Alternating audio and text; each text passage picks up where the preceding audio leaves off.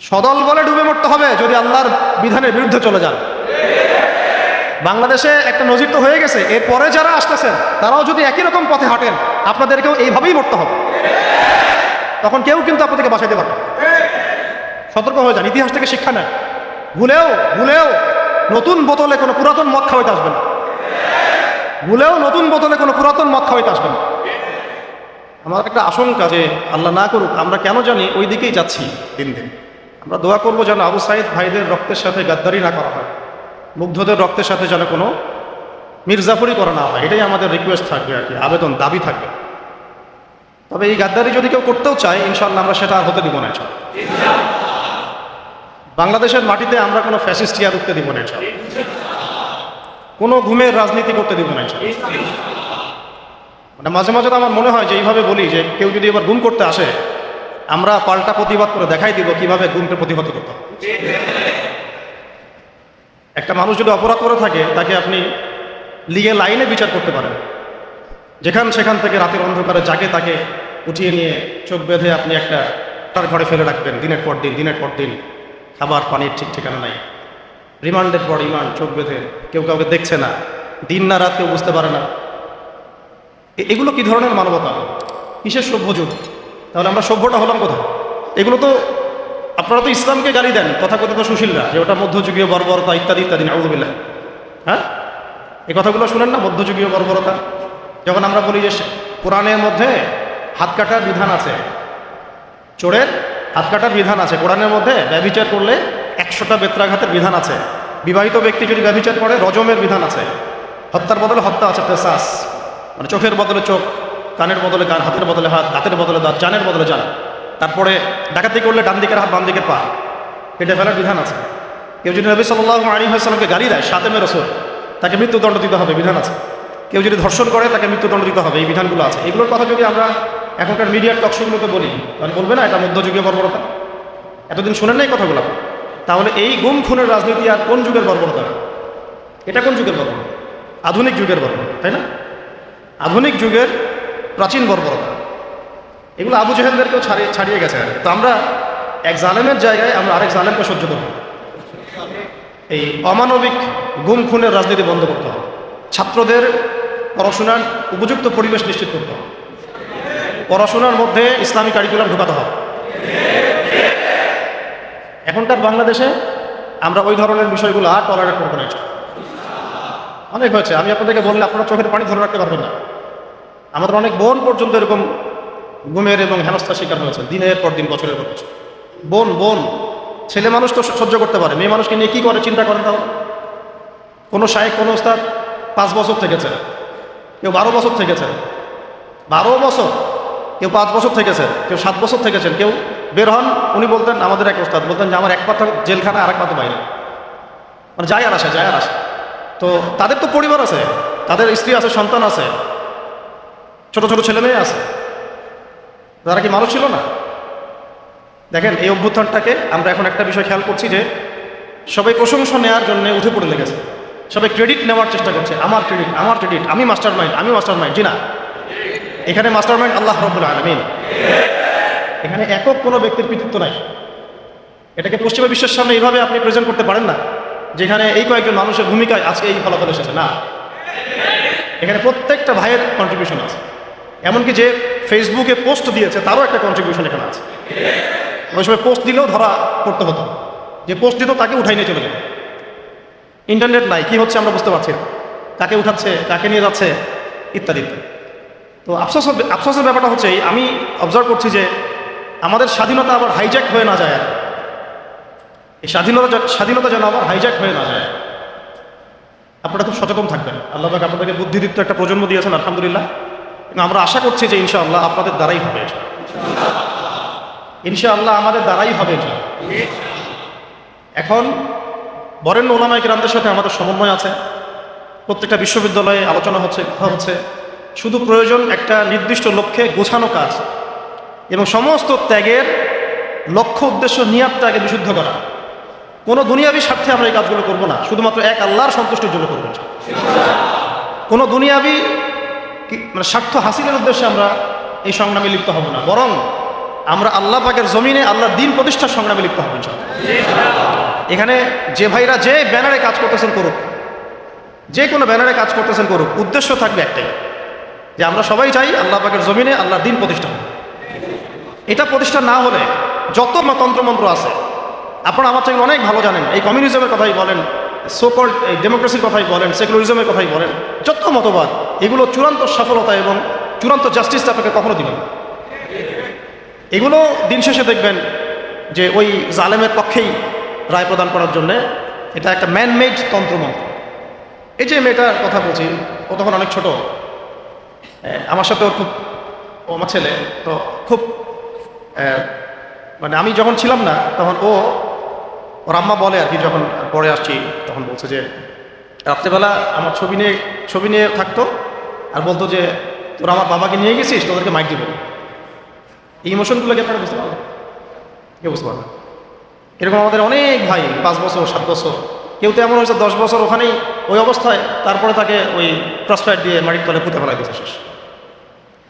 একটা কথা বলতে চাচ্ছি যে এখানে আমরা ক্রেডিট নেওয়ার জন্য কেউ যেন প্রতিযোগিতায় লিপ্ত না হই। এখানে প্রশংসা পাওয়ার যোগ্য সেই প্রত্যেকটা মানুষ যারা এখানে কোনো না কোনোভাবে কন্ট্রিবিউট করেছে। এই আগুনটা একদিনে জ্বলে ওঠে নাই, এই আগুনটা জ্বলার পিছনে একটা দীর্ঘদিনের জুলুমের ফলেই মাজলুমের পক্ষ থেকে এই আগুনটা জ্বলে উঠেছে। তো আমরা একটু মূল আলোচনা আসবো এবং আপনাদের উদ্দেশ্যে আমি কি আলোচনা করব এটা ভাবছিলাম। আর এখানে যতবার আমরা যাওয়া আসা করতেছি একটা কথাই খালি মনে পড়ছে যে এটাই সেই জায়গা যেখানে আমাদের ভাই এভাবে জীবন দিয়েছে, সারা দুনিয়ার মানুষ এটা দেখেছে। এখন আসেন মূল আলোচনায় আসি। আমরা আপনাদেরকে একটা মেসেজ দিতে চাই।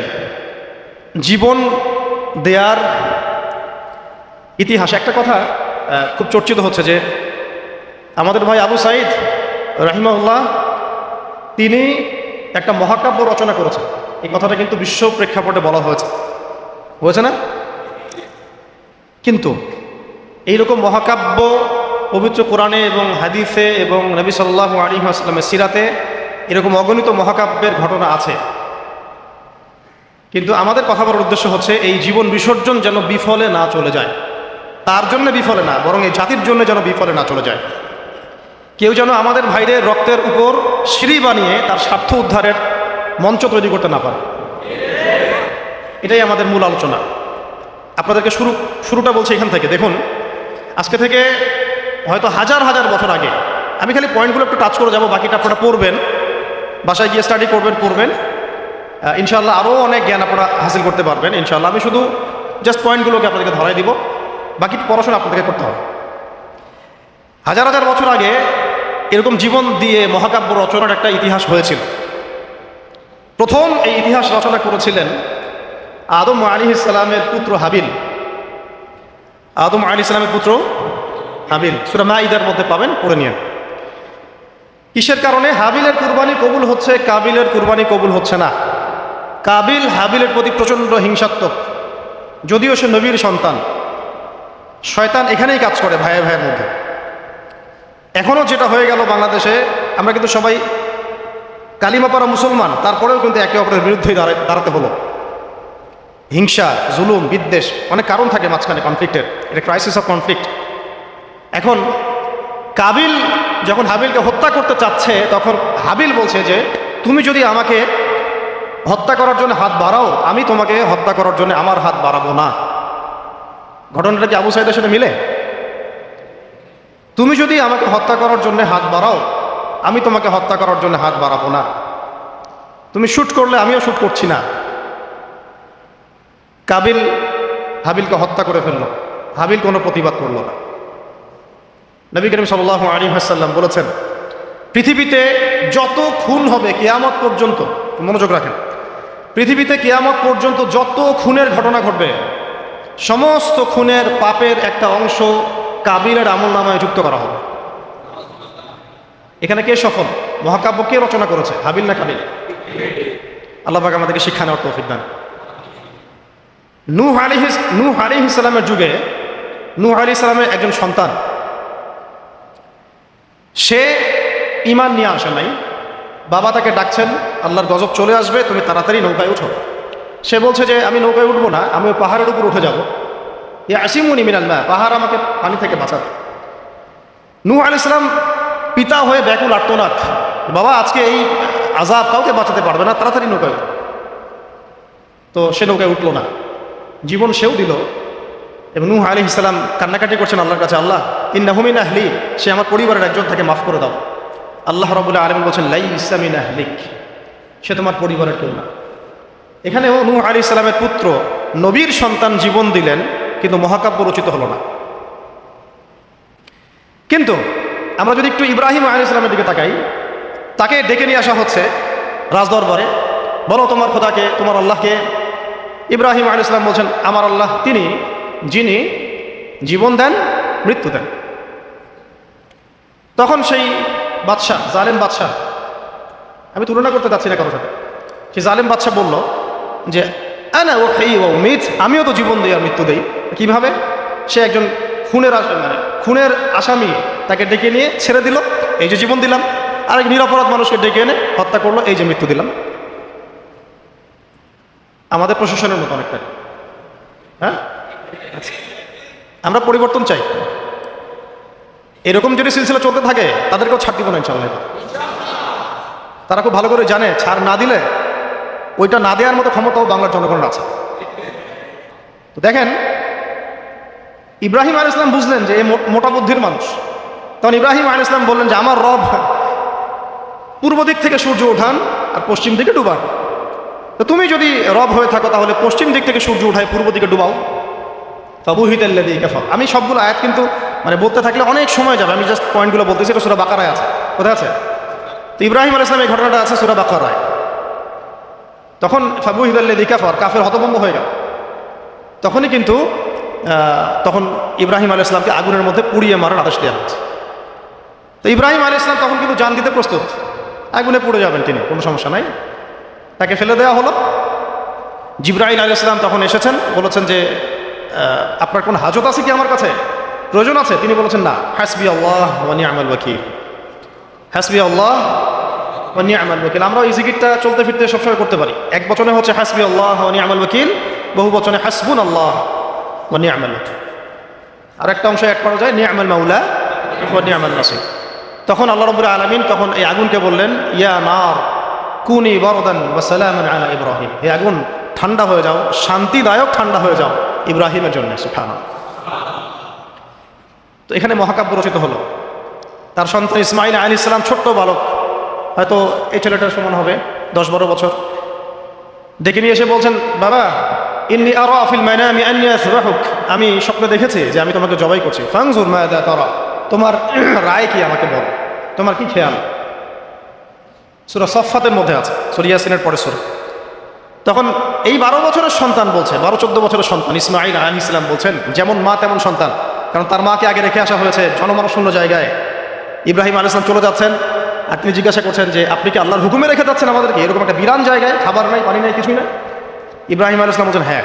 তখন তার মা বলেছিলেন, ইসমাইল আলাইহিস সালামের মা বলেছিলেন যে তাহলে আল্লাহ আমাদেরকে ধ্বংস করবেন না ইনশাআল্লাহ। ওই যে জামজাম, এখনো সেই জামজাম চলছে। আপনার কোনো রোগ আছে, সেই জামজামের পানি ওই শেফা নিয়াতে পান করেন, শেফা হয়ে যাবে। জামজাম এখনো চলতেছে। ওই যে সাই, সাফা থেকে মারওয়া, মারওয়া থেকে সাফা, সাফা থেকে মারওয়া, মারওয়া থেকে সাফা, এটা আপনি না করলে আপনার হজ উমরা কিছুই হচ্ছে না। সুবহানাল্লাহ। ওই বাইতুল্লাহ এখনো। তো সেই সন্তান বলছে ইয়া আবাতি, হে আমার বাবা, ইফআল মা তুমার, আপনাকে আল্লাহ পাক যে আদেশ করেছেন তাই করেন। সাতাজিদুনি ইনশাআল্লাহু মিনাস সাবিরিন, ইনশাআল্লাহ আপনি আমাকে ধৈর্যশীল পাবেন। মায়ের সন্তান, মা হাজেরার সন্তান, জান্নাতি এক প্রাণী চলে আসলো, তাকে কুরবানি করা হলো, তাই না? সেই কুরবানির স্মৃতি আমরা এখনো ঈদুল আজহায় সেটাই করছি, হজে সেটাই করছি, কিয়ামত পর্যন্ত সেটা চলতে থাকে। এখানে জীবন দেওয়ার প্রত্যয়টা মহাকাব্যে পরিণত হয়েছে, হয় নাই? আমি বুঝাতে চাচ্ছি যে আমরা আমাদের জান মাল ইজ্জত সময় শ্রম যে বিলিয়ে দিব, দিন শেষে কোনো মহাকাব্য রচিত হয় নাকি আমরা এটা শুধু একটা স্রেফ দুনিয়াবি একটা ঘটনায় পরিণত হয়, এটার পার্থক্য যেন বুঝতে পারি। কথা কি বুঝতে পারছেন? না হলে কিন্তু অনেক সময় দেখা যাবে আমাদের ভালো প্রচেষ্টাও ইনভেইন হয়ে গেছে। আল্লাহ না করুন। সূরা ইউসুফ পড়েন, ওখানেও দেখবেন ভাইয়েরা ষড়যন্ত্র করে ভাইকে কুয়ায় ফেলে দিল, নির্দোষ নিরপরাধ। যেমন নির্দোষ নিরপরাধ বহু মানুষকে তুলে নিয়ে আপনারা আয়না ঘরে ফেলে দিয়েছেন, একেবারে নির্দোষ, একেবারেই নিরপরাধ, না কারো ডানে আছে না কারো বামে আছে। কিছু মানুষ অনলাইনে ভাইব সৃষ্টি করে দিল যে ওরা হচ্ছে জঙ্গি, ওরা হচ্ছে খারেজি, ওরা হচ্ছে উগ্রবাদী, ওরা হচ্ছে কি আদনানি গোষ্ঠী। হ্যাঁ, এইসব শব্দ আসছে না? এই মানুষগুলোর জন্য আমাদেরকে হ্যারাসমেন্টটা পোহাতে হচ্ছে। এখানে আমি বলি না যে সরাসরি তাগুত দায়ী, ওদের তো একটা সিলসিলা আছেই, যারা যারা এই কয়েকটা ওয়ার্ড ইউজ করে ওদেরকে ট্রেস করা, যেমন ইসলাম কায়েম, আল্লাহর জমিন আল্লাহর দিন কায়েম, ইসলামী শরিয়া প্রতিষ্ঠা, খেলাফত প্রতিষ্ঠা, দাওয়াতের সাথে জিহাদ, এই যে কিছু ট্রেসিং ওয়ার্ড আছে, তারা মনে করে এই ওয়ার্ডসগুলো যারা ইউজ করে তারা মনে হয় এলিয়েন, তারা মনে হয় এলিয়েন, তারা ইসলামের কিছুই বুঝে না, আমরাই সব বুঝি। এরা হচ্ছে একটা নতুন ইসলাম শিখাচ্ছে নাকি, এটা নাকি একটা উগ্রবাদ ইসলাম, নাউযুবিল্লাহ। অথচ এই শব্দগুলো নবী সাল্লাল্লাহু আলাইহি ওয়াসাল্লাম আমল করে দেখান নাই। নবী সাল্লাল্লাহু আলাইহি ওয়াসাল্লাম আল্লাহর জমিন আল্লাহর দিন কায়েম করেন নাই, তিনি দাওয়াতের সাথে জিহাদ করেন নাই, তিনি কি ইসলামী খিলাফা কায়েম করেন নাই? হ্যাঁ, তিনি কি কাফের মুশরিকদের সাথে এই বদর উহুদ খন্দকে ছিলেন না? তিনি কি শাহাদাতের তামান্না মানুষের মধ্যে ঢোকান নাই, জাগ্রত করেন নাই? সিরাতের ইসলাম তারা সহ্য করতে পারে। কোরআনের সুন্নার এবং সিরাত কেন্দ্রিক যে প্রকৃত ইসলাম এবং পূর্ণাঙ্গ ইসলাম, এটা তারা সহ্য করতে পারে। দেখেন বাংলাদেশে এই যে কনফ্লিক্টটা হলো, এটাও তো একটা কনফ্লিক্ট হয়েছে, তাই না? এখানে আমাদের ভাইরা যেমন জীবনও দিয়েছে, তাদের পক্ষের কিছু ভাই কি মারা যায় নাই? তারা কি ছাত্র জনতার হাতে মরে নাই? বলেন। দেখেন গণতান্ত্রিক ভাষায় এটাকে নিয়ে কিন্তু কেউ সমালোচনা করতেছে, কিন্তু এইটাই যদি আমরা বলতাম যে সিরাতের আলোকে নবী সাল্লাল্লাহু আলাইহি ওয়াসাল্লাম দাওয়াতও দিয়েছেন, ক্ষেত্র বিশেষে জিহাদও করেছেন, তখন আমাদেরকে উঠাই নিয়ে চলবে। সেম কিছু।